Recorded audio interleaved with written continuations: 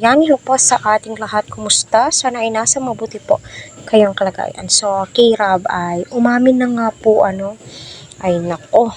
Alam nyo, kapag yung Good Samaritan, yung umamin, yung mismong direktor, yung umamin, ay nako.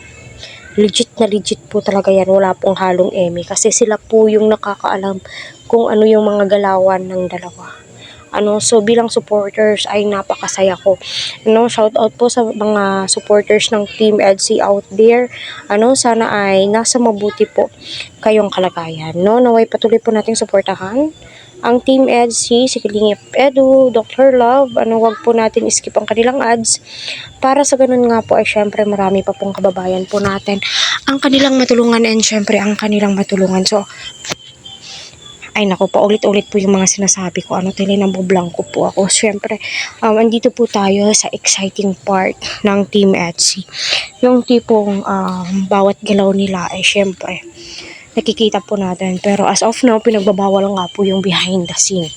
Yung pagbablog sa bahay po nila Viansay, di ba? Yun po yung nasa live ni Kalinga Prab. So, yung status ng nga po ayun nga po doon sa question ni Sir ER, Pastor ER, kung ano na nga ba yung status ng Team EDSI. Ika nga po niya, kung ano po yung mga napapanood po natin, yun at yun na daw po.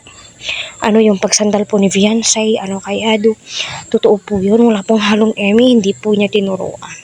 So yun mo, masasabi, kung hindi kayo, sasandal ka ba sa isang lalaki? Magiging comfortable ka nga ba?